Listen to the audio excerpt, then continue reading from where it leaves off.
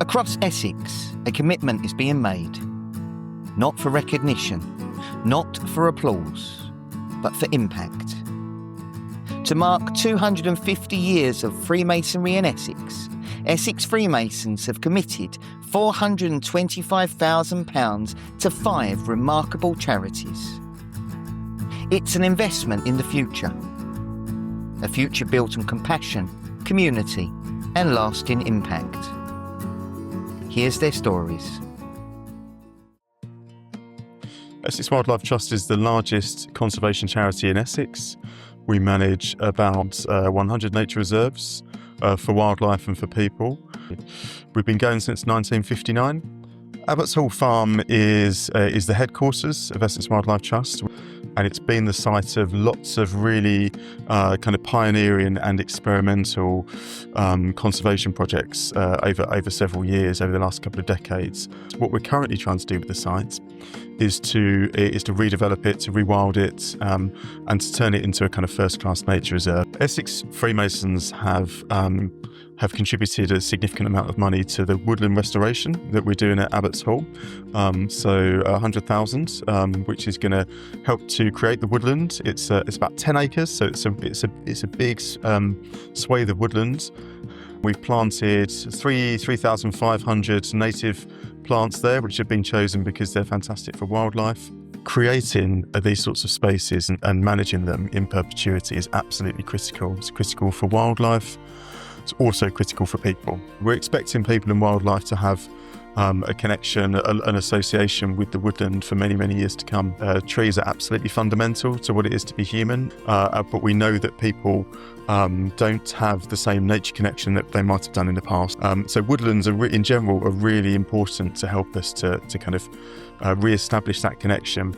On behalf of the Trust, I'd like to thank the Freemasons for their support and for their kind of vision for the woodland and what it can be. Without the environment, without nature, we don't have the economy, we don't have society, we don't have any of those things.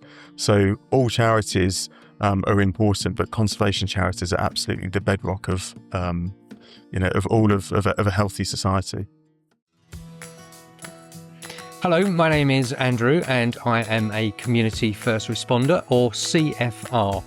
We are volunteers who are trained by the ambulance service, and we respond to 999 life-threatening emergencies in our local communities, where we can provide that immediate critical life-saving care before the ambulance arrives. When we're on duty, we carry a device called an NMA, or a National Mobilisation App. This is linked with the dispatchers at the Ambulance Control Centre, and when a job comes in that is local to where we are, they can dispatch us to that job. The device then navigates us to the patient's address, where we then can attend and provide that care before the ambulance arrives. In a life-threatening situation, every second counts, and where a CFR can get to the patient before the ambulance arrives, we're able to provide that immediate life-saving care, which is critical to the chain of survival. Our remit as a CFR also extends to things such as non-injury falls. And in times of very high demand on the ambulance service, we can attend immediately and help that patient up off the floor using what's called a razor chair, which is an amazing piece of equipment that has been donated to us. That's where we can really make a difference. Without this amazing donation, we would have 3 less kits across Essex. So that's 3 teams that are out able to provide this life-saving care to patients.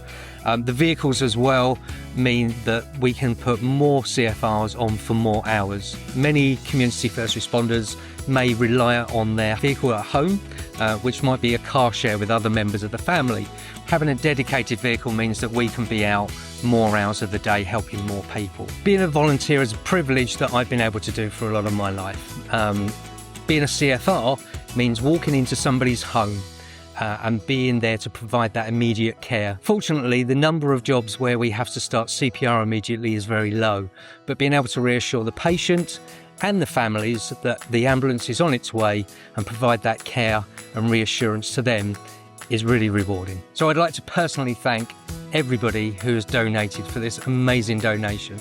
On behalf of every CFR, the East of England Ambulance Service Charity, and the patients whose lives we've made a difference to, thank you. It truly has saved lives and continues to make a huge difference to people on a daily basis. Without this donation, that simply would not have been possible. So thank you very much. We provide little teddy bears to the A&E departments and other paediatric departments in hospital for traumatised children. TLC stands for Teddies for Loving Care. We help currently about 26,000 children every year with a TLC teddy in Essex. When a child gets given a teddy bear, normally the first thing that happens is they stop crying. They're used by the nursing staff to show them the procedures they're going to be carrying out on them.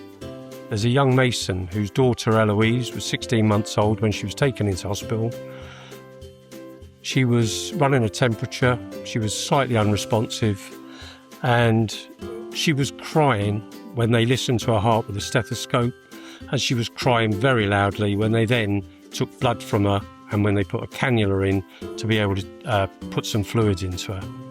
And then a nurse appeared with a little yellow teddy bear, and Eloise's face changed immediately. She stopped crying, and Dad caught a photograph just at that moment. To mark our 25th anniversary, we took on the 9 paediatric wards across the province, and their teddy bears will cost us £25,000 a year. But the money we've received from the province will actually enable us to pay for those teddy bears for the next year.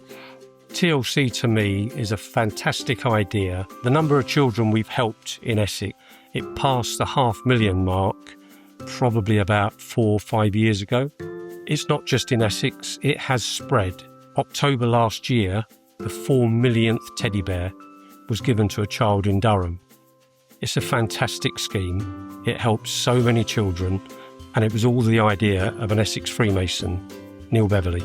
Thank you to the Right Worshipful Provincial Grand Master, Paul Tarrant, and thank you to the Brethren of Essex who've made it possible for us to do what we do on a daily basis throughout the hospitals in Essex.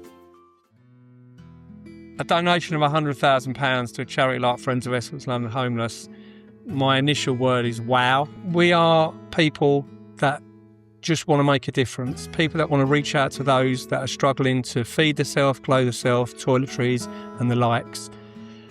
Our mission is to be kind, spread that kindness and do our little bit for the time that we're there. People that we support are quite obviously homeless people, because that's who we are, Friends of Essex and London Homeless.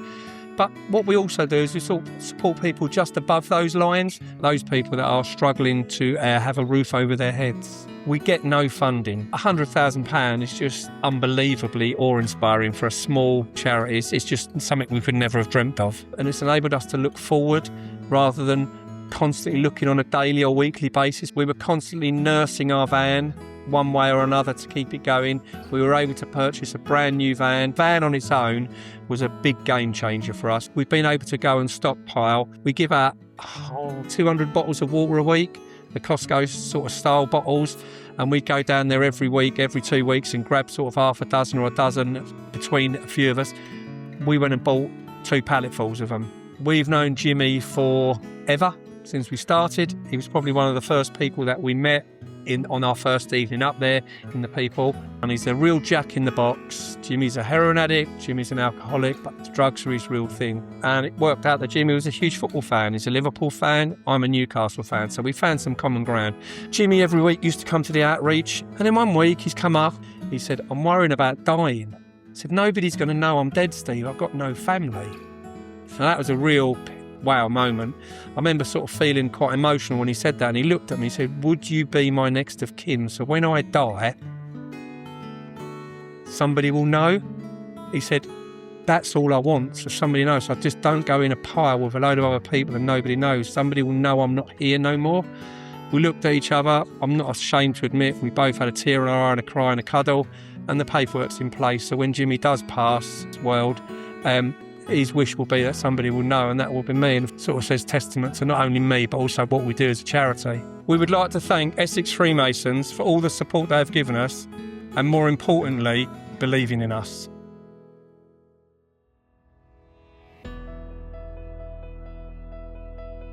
My name's Tom Harrison. I'm the CEO at Headway Essex.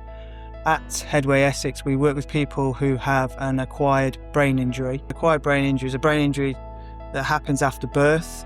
and it can be caused by a whole range of things. It can be caused by a stroke, it can be caused by a collision, so that could be as a result of a car accident, a fall. So at Headway, we work across Essex. We have 2 day centres, one in Colchester and one in South Benfleet, but we also deliver groups and clubs and support throughout all the communities, or a lot of the communities in Essex. The people that we support at Headway are the people who have had an acquired brain injury, but it's wider and broader than that. We also work with carers, husbands, wives, families, because an acquired brain injury doesn't just affect the individual with the brain injury, it has a massive effect on those supporting that person and their family and friends. It literally is life-changing, and I think the stats are every 58 minutes somebody across Essex will be admitted to hospital with an acquired brain injury. And the effects, as I say, unfortunately are life-changing. One of the impacts we're often told about is that the personality of the individual changes. Even family and friends don't recognise that person. They can become angry, become very fatigued, have difficulty with memory and speech, and also mobility issues as well. I don't say this lightly. I believe we change lives. We give people hope.